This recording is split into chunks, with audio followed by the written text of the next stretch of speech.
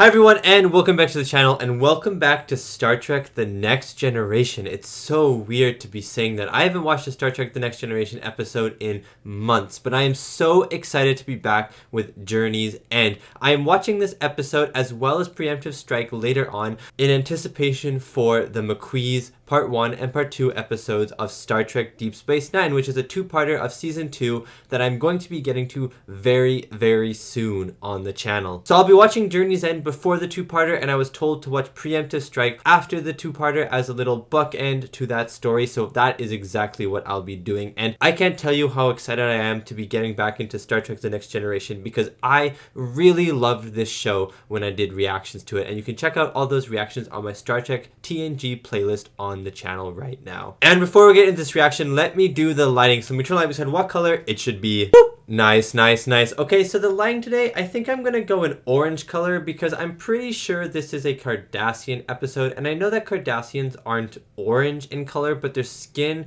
is like a gray, maybe undertones of orange, and so I'm going orange in honor of Cardassians, even though it's a little bit of a strange color to be in honor of Cardassians. And if you'd like to check out more of my reaction, you can head over to my Patreon of uncut and early access reactions to my movies and TV shows that come out up to 3 weeks early, as well as exclusive merch, live streams, movie polls, and so much more. Thank you so much if you're checking out. Let's get back to the video. Okay, I wonder how this episode is going to connect to the McQuees Part 1 and Part 2 in Star Trek Deep Space Nine, but other than that, I'm really excited to dive back into the world of Star Trek The Next Generation, praying that I remember all the characters' names. I think I do. Anyways, let's get into it. I hope you enjoy my reaction to Star Trek The Next Generation, Episode 20 of Season 7, Journey's End. Meeting with Fleet Admiral Nechayev. This visit has also given us the opportunity to pick up a member of the family. I missed Picard's voice so much. Your very own quarters. It's Wesley. He left the show for a bit, didn't he? Explain. There comes a time in a young man's life when he doesn't want to stay with his poor senile mother. I understand. Dude, he's so old now compared to the first season. Come in. So, Geordi and Data, let's go. We may have to call security. welcome back. Thank you, thank you, thank you. I feel like I'm being welcomed back. Don't sleep your whole vacation away, all right? Goodbye, Wes. Oh, it's good to have you home, son. Oh, it's good to be back. It's good to be back, Beverly. Wesley's not doing very good right now, though, it seems. Space. The final frontier. Oh,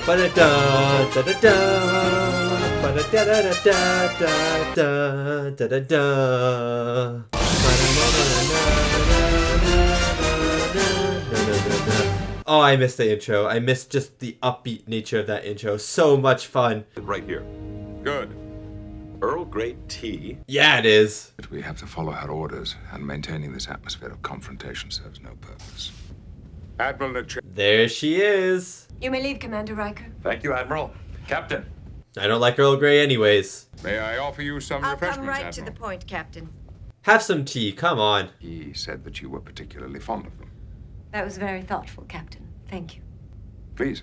By the way, I poisoned them. I poisoned your food. Regarding the final status of our border with the Cardassians, these will be the official boundaries. I see. Oh wow, we got official boundaries now. Several Federation colonies in Cardassian territory and some Cardassian colonies in ours. Oh, interesting. Neither side got everything they wanted, but every side got something. But it's a compromise, so that's good. Your mission will be to evacuate the colony on Dorvan 5. Dorvan 5. Okay, so we're evacuating a colony. Something wrong? Admiral, centuries ago, these North American Indians were forcibly displaced from their ancestral lands. Yeah. They left Earth more than 200 years ago in order to preserve their cultural identity. And now you're displacing them again. Being asked to leave their homes because of a political decision that has been taken by a distant government. Oh my god, exactly. Included in the deliberations of the Federation Council. Yeah, but how much say did they have? But to go to them now, after 20 years, and ask them to leave what is now their home. Yeah. What if these Indians refuse to be evacuated? Then your orders will be to remove them by whatever means are necessary. By whatever means. If you wish, I can find someone else to command the Enterprise for this mission. That will not be necessary, Admiral. Only Picard can command the Enterprise unless it's James T. Kirk. at the helm. Or Pike. I'm pretty sure he did that as well. Making me feel welcome. You will always be welcome aboard this ship, Admiral. That's so nice. But you didn't eat anything, did you? You didn't eat anything. So rude. I would have had the whole platter of food. And I want to show you. Come on, come on. Why is Wes take a look. so sad at the moment? Take a look at this. Wow, Jordy. That's cool, man. Brilliant new theories on warp propulsion inner relays. He'd say all this stuff is obsolete. Okay, you don't have to be so harsh to Jordy. He was excited. Calm down. Dude, absolutely not. You're dismissed. Yeah, he's like a sulking, brooding teenager now, you know what I mean? But there's something else at play. There's something on his mind, I feel. To discuss the situation. Antoine, there's very little I can do. This is such an interesting episode. The choice of this planet was not only because of environmental conditions. There were other, more intangible concerns as well. Oh, interesting. Holds a deep spiritual significance for us. Oh, this has got a lot tougher for Picard. I would like to invite you all to join us this evening on the Enterprise. Thank you. We look forward to it. Okay, let's make it a good dinner at least. Oh, these shots of the planet and the Enterprise are so sexy. So sexy. Moody, sullen, and rude. Yeah, What's exactly. going Nothing. Oh, there you go again. on? Maybe I am sick of following rules and regulations. Maybe I'm sick of living up to everyone else's expectations. Oh, wow, Wesley. Was the man who first led the group of Indians from Earth initially more than 200 years ago. Wow, really? There are also times when a people sacrificed too much, Wow. even against overwhelming opposition. Oh, wow. They both bring up great points. One's adversary in any negotiation. I hope that by the end of this matter, We won't be adversaries. our roots in Western Europe. No, I want to hear about his family. Keep talking. Don't cut away, camera. Wesley Crusher, What is it? I have known that you were coming to us What? for the past 2 years. What? Many spirits, and I saw you. Wait, this is so interesting. What?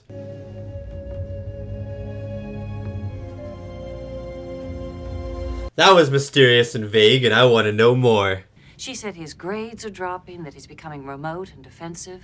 If he's not careful, he's going to wash out next term. Maybe you should talk to him. Maybe he doesn't want to be part of Starfleet. He's got to work this out for himself. Oh, Wesley's down in the village. Okay. Well, I'm here. What should I do? I don't know. Fair. Sacred to us. What's sacred to you, Wesley? Good question. The designs on the walls? Everything is sacred to us. I knew he was going to say that. You are a sacred person here. I think that's the first time anyone's used that particular word to describe me. Yeah. Yeah, I don't think anyone's ever called me sacred before. Is that what you think I've been doing? Only you can decide that. This guy's definitely going to help Wesley, I feel. And perhaps it's time for your own vision quest to begin. Let's go! Terms of the border agreement. I'm very sorry, but you will have to leave. Why can't they just let them live with the Cardassian ruler? That would probably suck, wouldn't it? But we knew there must be a good reason. To us, nothing that happens is truly random. That's a good way to look at things. Several Indian tribes rose up to overthrow their Spanish overlords and drove them out of what is now called New Mexico. Why does Troy know this? Xavier, Maribona, Picard, Oh, wow. What? One of your ancestors. worn by your family for 23 generations.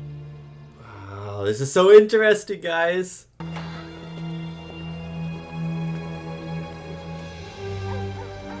Dude, Worf, I missed this guy. What is going on? We have unwelcome visitors, sir. Oh my god, Cardassians, let's go. I'm Captain Jean. Why are the Cardassians on the ladder posed like that? They're like trying to be models? May I have a word with you? Alone. As you wish. So it seems like the Cardassians don't want these people, so if they stay, then the Cardassians are probably going to exterminate. And until that changes, these people are under my jurisdiction, and I will protect them. Is that a threat? It's a fact. It's a fact! While you conduct your survey. Oh, I forgot how epic Picard is, man. I want Picard and Sisko to have more interactions, because I think those two together would be so epic. Strangers are not welcome here. When I asked to come here, you said that it would be... You're not a stranger. Yeah, he's sacred, man. Dolls that represent the different spirits that have come to this place. That one looks like a Klingon. Yeah, I was about to say. What am I waiting for? This is your journey, Wesley. I can open the door, but only you can go through it. Oh, good line, good line. Is there any indication the Tribal Council will change their position in the near future? No, sir. Then I see no other choice. No, don't say it. The issue of Dorvan 5 must be reopened. Captain, I made that request 2 days ago. The answer was no. Oh, come on. What, are they supposed to, So like... much for your reprieve from Starfleet. How do you forcefully move people, though? That's the thing. Like, do you transport them into prison cells or something? Those people take up arms against us. And I cannot foresee the consequences. Yeah, he doesn't want to fight them. I wouldn't want to fight them. Will you begin preparations to remove the inhabitants from Dorvan 5? Aye, sir. Riker's look, man.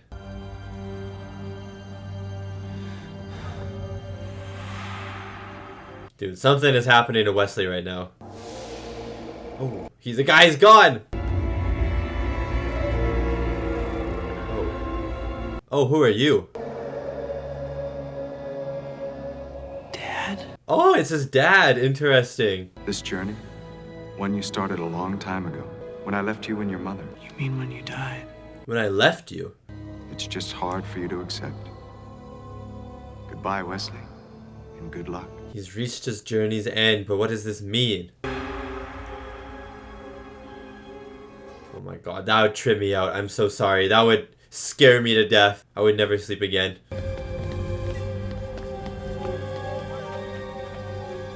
Mr. Crusher. Wesley, what are you doing here, buddy? You're laying out transporter coordinates for security perimeter. It may be necessary to remove these people by force. Oh god. These people deserve better than to be removed from their home. Okay, Wesley. But now is not the time. Do you know what they're trying to do? Oh, Wesley.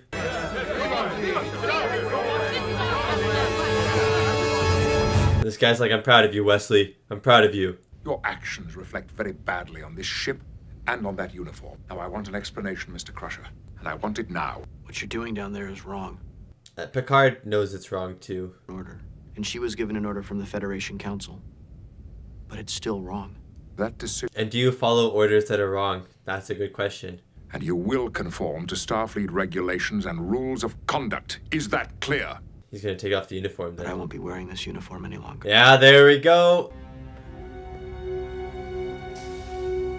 Wesley and Jake Sisko should have a conversation here. I saw Dad today. He told me not to follow him. And so he's not following him into Starfleet. But as time went on and graduation got closer, I started feeling really depressed. Yeah, it seemed like it. Say anything. I didn't want to disappoint you, or Captain Picard, or my friends. That's fair. I love you. I know, Mom. Look how happy he is now compared to the start, though. Tau Sati, the one who could control warp fields with his mind. The Traveler. He told Captain... Yeah, sure. And that you were destined for something quite different from the rest of us. Interesting. Be here, Wesley. Why? Because they're about to fight. Oh my god. Are they going to execute a Cardassian? The Vinians has taken 2 Cardassian prisoners. The situation is extremely volatile. Request instruction. Oh my god. Everything is just ramping up. I have no idea how this is going to end. This is Glenn Talak aboard the VTAR. Go ahead. 2 of our men on the surface have been taken prisoner. Prepare to send an armed squad No. to them and to occupy the village. Occupy the village. Will respond. I hope you realize the consequences of Federation officers firing on Cardassian troops. This is so intense. No authority here. Oh my god. Hold on a second. What happened? Hold on a second. Did you do this? He pressed pause. You took the first step, Wesley. My first step to where? To another plane of existence. What? I don't understand. You found a new beginning for your... Wesley can think in 4 dimensions. What? That was unexpected. The Traveler, man. Interfere, but have faith in their abilities to solve their problems on their... This is a pretty big problem, though. Oh my god. The Cardassian ship. Oh my god, it just continues. That was really cool. Path again, not like this. Now the future lies in your hands right now. Give us one... What's he gonna say? What's he gonna say? Lock on our troops on the surface. And beam them aboard. Oh my god, thank you. They've been fired upon. Those are my orders. Carry them out. Oh, thank you, man. I understand, Captain. And we are prepared to take that risk. Interesting. I said this earlier. I think they will go along with it in the end. Then if there's nothing else, I will return to my ship. I have a rather lengthy report to write. Yeah, it's gonna be an essay. Going to leave Dorvan 5, but former cadet Wesley Crusher will be staying behind. Oh, he is staying. Good luck, mister. Good luck, Wesley. Good luck, Mr. Time Traveler. Now you be sure and dress warmly on those other planes of existence.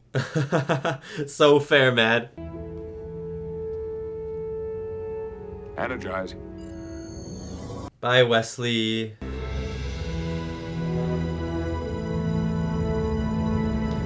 That was a good episode. It was so nice to be back in TNG for an episode, and I'm excited to go back to Preemptive Strike in 2 weeks when I finish the McQueen 2-parter. And that was my reaction to Journey's End, episode 20 of season 7 of Star Trek The Next Generation. And that was a really good episode and really nice. It just felt so nice to jump back into Star Trek The Next Generation. I watched a bunch of episodes, probably around 20 episodes of Star Trek The Next Generation on the channel, as well as all the movies, and you can check out all of my reactions on the channel right now. And I really enjoyed my journey, and I do wish I could have watched more, and there's probably a lot of good episodes that I didn't watch that eventually I would hope to get around to on the channel, and Journey's End was probably one of them, and it's great. I think it's so fun that Journey's End and eventually Preemptive Strike tie into the McQueen episodes of Star Trek Deep Space Nine. I'm not sure how this is going to tie into Star Trek Deep Space Nine, the McQueen Part 1 and Part 2, but I'm assuming it has something to do with Cardassians, which will be really interesting. Maybe I'll have something to do with this agreement, this border agreement that the Federation and the Cardassians have at the moment, and how stressful and on edge it is. I feel like this agreement is on a knife's edge, as we saw with this episode and how this episode unfolded. One mistake or one or two mistakes or small mistakes could lead to the collapse of this agreement. And so I feel like that is what the McQueen Part 1 and Part 2 is going to be about, but it could be about something else. It could be about flipping Wesley being a god and he could show up in Star Trek Deep Space Nine, and there could be a 2-parter about it, but I think it's going to be about the Cardassians and this border agreement that the Federation and the Cardassians have with each other. But speaking of Wesley, let's just go to him for a second. I haven't seen too much of Wesley in my watch of Star Trek The Next Generation. I really enjoyed him when he was in the show, and I know that he left at a point. I forget what point, but I'm pretty sure I saw the episode where he left to go become a cadet and stuff like that, and he left the show probably for other reasons that the actor actually had, not the character, but the actor actually had, and so they sort of wrote him out of the show a little bit, and he comes back for some special guest appearances and stuff like that. But really interesting what they did with this character here, where I don't know if I've seen the episode with the Traveler. He didn't look like a familiar face to me. Maybe I did and I just forgot about it, but I don't think I saw the episode with the Traveler. But anyways, to me it felt very random that Wesley kind of became this being that could go into different planes of reality, and obviously that is because I haven't seen every episode. I've seen like 5% of Star Trek The Next Generation, and so for me it feels very random. But I would like to ask you guys, how set up is it that Wesley can travel between planes of existence, or did it feel very jarring for you guys as well, or was it like a very cool little setup where every time we saw his character it was like implied or something like that, or is like implied a little bit, implied a little bit, implied a little bit, and then boom, we get it in this episode? I'm not quite sure, but please let me know, because for me it was very much like, what the heck, Wesley can just do this? That's kind of crazy. And I guess even his character was like, what the heck? I can just do this. But really cool. I found it really cool that he could do that. And the Traveler reveal and stuff was awesome. But I think my favorite part of this episode was how, again, one of my favorite things about Star Trek is how they can use real world events and real world scenarios and apply it into a sci-fi setting. And this episode did a great job with the displacement of peoples, especially with the displacement of indigenous people. I'm pretty sure that the people playing the indigenous people on this planet were actually indigenous people playing indigenous people, which was awesome to see, first of all, for representation standpoint, but also it was just really interesting because it's something, especially for a TV show that came out in the 90s, where this maybe wasn't talked about as much. This, I feel like, would have been very forward thinking television, if you get what I mean. And I really loved how even this episode was relating it back to our history, you know what I mean, to Earth history, how these people escaped Earth, but these people had been displaced and killed and slaughtered by other governments who had never even seen these people before but just wanted to take over their land, and how this was basically history repeating themselves with them having to leave this planet a second time. It was a really interesting conversation, and one that I'm glad that Star Trek went into. Deep Space Nine has gotten into that a little bit as well, but more so on the refugee standpoint, where they've lost their world and now they're refugees. That was an interesting episode as well. But I just love that Star Trek can take stories like this, stories that really apply to real world scenarios, or apply to scenarios that maybe isn't talked about a lot, especially with indigenous people in America or in Canada, for instance, as well, where this is a very hot topic at the moment. And it can apply a sci-fi spin to it, where you get a really good story out of it, but you also get a really good real life message out of it as well. And I thought that was really awesome. And I also found it really fascinating that Picard's standpoint on this, where he had to displace these people, he had to make these people leave, wasn't just because he wanted to, and it wasn't because the Federation wanted to, but there was actually like a reasonable cause to be doing that, even though it is wrong to be doing this to the people in the first place. And so it made the conflict so much more interesting, because Picard had to do it because he was ordered to do it, but he knew internally, and so did many of the people in the Enterprise, they knew that what they were doing was wrong, you know what I mean? And so the sacrifice that they came to at the end, where the indigenous people became members of Cardassian society and not the Federation, I think I said that at some point in the episode, but then I thought maybe the people didn't want to do that, like the indigenous people didn't want to do that, because the Cardassians would just take over their city anyways, their town anyways. But it turns out that was the compromise that they had to make, and I thought it was a pretty good compromise. But yeah, excited to see where and how Journey's End ties into DS9 in the future. I'll be watching the McQuees in like 2 or 3 days, so that's very exciting to me. This episode will be fresh on my mind. And yeah, thank you so much for watching, and thank you so much to these wonderful, beautiful, amazing people right here for supporting me and supporting my channel. It really does mean a lot. If you missed it at the start of this episode, I watched Day of the Dove, a TOS episode, to prepare myself for, I thought it was for the McQuees, so in that episode I talk about the McQuees, but apparently that episode prepares me for Blood Oath, which is the episode of DS9 before the McQuees 2-parter. And then Journey's End I am watching now to prepare myself for the McQuees 2-parter. And then once I'm done the McQuees 2-parter of DS9, then I'm moving on to Preemptive Strike, another TNG Season 7 episode, which is apparently a good bookend to that little story arc, if you will. I'm not quite sure how it works, but I guess I'll be finding out soon enough. Anyways, thank you so much for watching, and I'll see you next time for my next Star Trek reaction.